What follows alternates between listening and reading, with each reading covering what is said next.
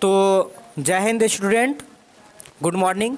I hope आप अपना तैयारी बहुत बेहतरीन ढंग से कर रहे होंगे। आज हम आपके लिए लेकर के आए हैं क्लास 6 के जिज्ञासा विज्ञान का चैप्टर नंबर 10 का संपूर्ण सॉल्यूशन।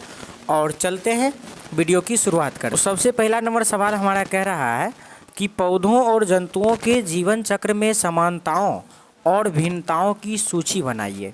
अर्थात पौधा जो होता है वो पौधा और जंतु का जो जीवन है उसमें क्या अंतर है और क्या समानता है। तो चलिए इसका आंसर को हम लोग समझने का प्रयास करते हैं। पौधों और जंतुओं के जीवन चक्र में समानताएं निम्नलिखित है। सबसे पहला नंबर समानता है, दोनों में वृद्धि विकास होता है, दोनों में प्रजनन होता है, दोनों का जीवन छोटी इकाई से शुरू होता है। अगर देखा जाए तो आदमी का भी जो जन्म होता है तो एक छोटे बच्चे के रूप में रहते हैं और धीरे धीरे वो बड़ा होते हैं। और वहीं पे एक पौधा का भी निर्माण कहीं ना कहीं पहले एक छोटा सा बीज होता है और उस बीज से अंकुरन के बाद एक पूरा पौधा का निर्माण होता है। पौधे और जंतुओं के जीवन चक्र में असमानता क्या है अर्थात अंतर क्या है। तो प्रकाश संश्लेषण पौधा में होता है बल्कि जंतु में प्रकाश संश्लेषण नहीं होता है। पौधा एक जगह पे स्थिर होते हैं और वहीं पे जंतु चल सकते हैं। पौधों में जड़, तना, पत्ती होता है, लेकिन जीव जंतु में हाथ, पैर, सिर ये सब होते हैं साधारण तौर पे। तो हमारा जो सवाल नंबर दूसरा है, सवाल नंबर 2 कहता है नीचे दिए गए कुछ तालिका है और इस तालिका में कुछ टिप्पणी, कुछ उदाहरण आपको क्या करना है, लिखना है। 1 नंबर में वृद्धि नहीं होती है, सांस नहीं लेता है और उदाहरण और उसके बारे में टिप्पणी देना है। तो चलिए दूसरा आंसर हम लोग देखते हैं। यहाँ पे तालिका जैसे बना हुआ है, तालिका नंबर 1 कह रहा है कि जैसे पत्थर, कागज़, ईंट, लकड़ी ये जो होते हैं ये सभी निर्जीव हैं, इसलिए इसमें वृद्धि नहीं होता है और ना ही ये श्वसन करते हैं। अर्थात इसमें वृद्धि भी नहीं होता है और इसमें श्वसन भी नहीं होता है।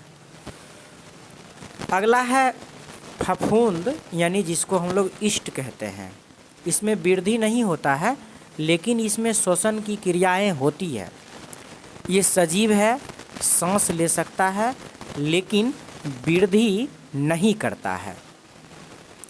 अगला तीसरा एग्जाम्पल देना है हमें, वृद्धि होना चाहिए और सांस नहीं लेना चाहिए। तो ऐसा संभव नहीं है, कोई भी चीज़ जो सांस ना ले और उसमें वृद्धि हो ऐसा संभव नहीं है। हालांकि कुछ व्यक्ति उदाहरण देते हैं पर्वत का कि पर्वत जैसे है उसमें श्वसन नहीं होता है लेकिन वृद्धि होता है। तो कैसे?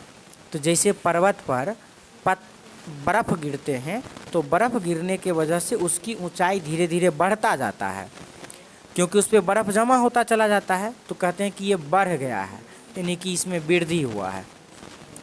तो इस तरह से आप बर्फ़ का पहाड़ का उदाहरण दे सकते हैं, लेकिन ऐसा कोई संभव नहीं है। अगला कह रहा है कि वृद्धि भी हो और श्वसन भी ले। तो पौधा, मानव, कुत्ता, कीट ये सभी हैं जो सजीव हैं जिसमें वृद्धि भी होता है और श्वसन भी होता है। सवाल नंबर 3 हमारा कह रहा है आपने सीखा है कि बीजों के अंकुरन के लिए भिन्न भिन्न परिस्थिति की ज़रूरत है। अनाज और दाल के उपयुक्त भंडारण के लिए हम इस ज्ञान का उपयोग कैसे कर सकते हैं। तो चलिए सवाल नंबर 3 का आंसर हम लोग देखते हैं। बीजों के अंकुरन के लिए नमी, वायु, मिट्टी की ज़रूरत होता है। अतः अनाज और दालों के भंडारण इस परिस्थिति से दूर करके हम लोग करेंगे और तब सुरक्षित कर सकते हैं।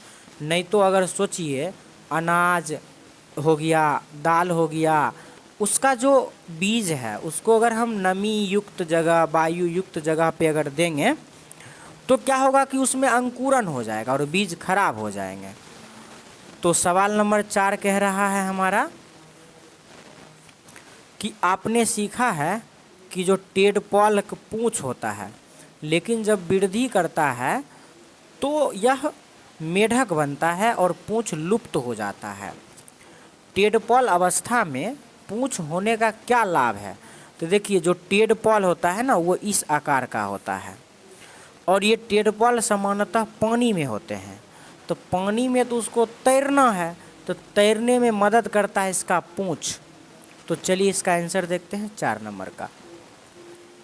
मेढक का टेडपॉल पानी में रहता है, इसके एक पूंछ होती है जिसके मदद से वे पानी में तैरते हैं और धीरे धीरे विकास करके मेढक बन जाते हैं।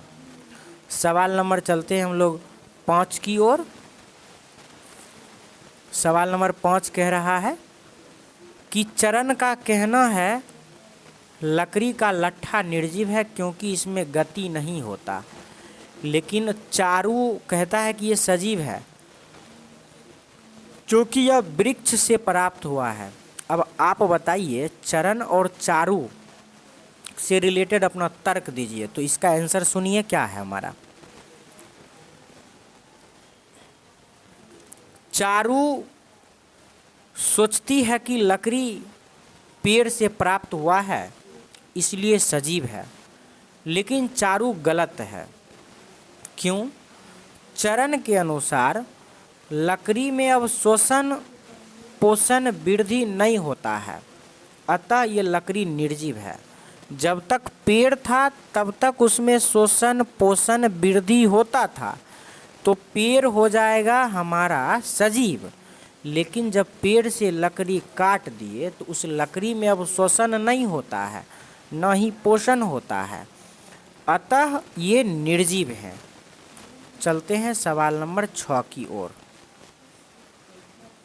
सवाल नंबर 6 कह रहा है मच्छर और मेढक के जीवन चक्र में क्या समानता है और क्या विभेदकारी विशेषताएं हैं, यानी क्या अंतर है। तो 6 का आंसर बहुत ही आसान भाषाओं में समझते हैं। कह रहा है मच्छर एवं मेढक के समानता क्या है। तो समानता है इसके जीवन अंडे से शुरू होता है, ये प्रारंभिक समय जल में ही व्यतीत करते हैं, मेढक के भी और मेढक के और मच्छर के दोनों। इसके टेडपॉल अवस्था में होता है। अब दोनों में अंतर क्या है, तो अंतर समझते हैं।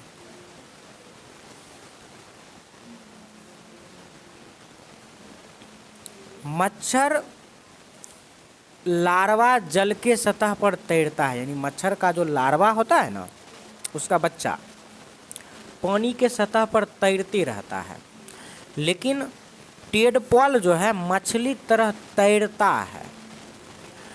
मच्छर प्यूपा बनाता है, लेकिन टेडपॉल प्यूपा नहीं बनाता है। मच्छर वायु में विकास करता है, लेकिन ये उभयचर है। उभयचर का अर्थ ये होता है कि ये जल में भी रह सकता है और स्थल पर भी रह सकता है। अब दोनों में अंतर क्या है, मेढक और मच्छर में? तो लार्वा जल के सतह पर तैरता है और टेडपॉल सतह पर मछली की तरह तैरता है। तो ये तो हो ही गया। सवाल नंबर 7 की ओर चलते हैं, ठीक है। 7 नंबर सवाल क्या कहता है, गौर करिएगा। कहता है कि एक पौधा उसकी वृद्धि के लिए उपयुक्त सभी परिस्थितियां उपलब्ध कराई गई चित्र 10.9 में दिखाया जा रहा है। 1 सप्ताह बाद आप पौधे के परों और जड़ को देखते हैं, उसका चित्र बनाइए, इसके कारण भी लिखिए। तो गौर करिएगा, यहाँ पे प्रयोग दिखाया गया है। अब इसका क्या स्थिति होगा, तो इसका आंसर सुनिए आप। सवाल नंबर 7 का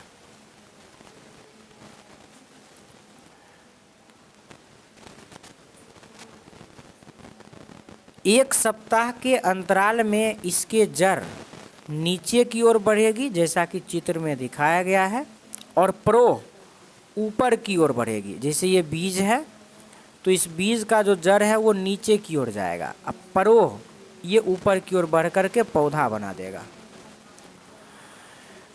जल खनिज के लिए जड़ नीचे जाता है। जड़ नीचे क्यों जाता है? तो जल और खनिज लवण के लिए। जो प्रो है वो प्रकाश की ओर ऊपर गति करता है। सवाल नंबर 8 क्या कहता है, सुनिएगा। सवाल नंबर 8वां कह रहा है, तारा और विजय ने एक प्रयोग का सेटअप तैयार किया, चित्र 10.10 में दिखाया गया है।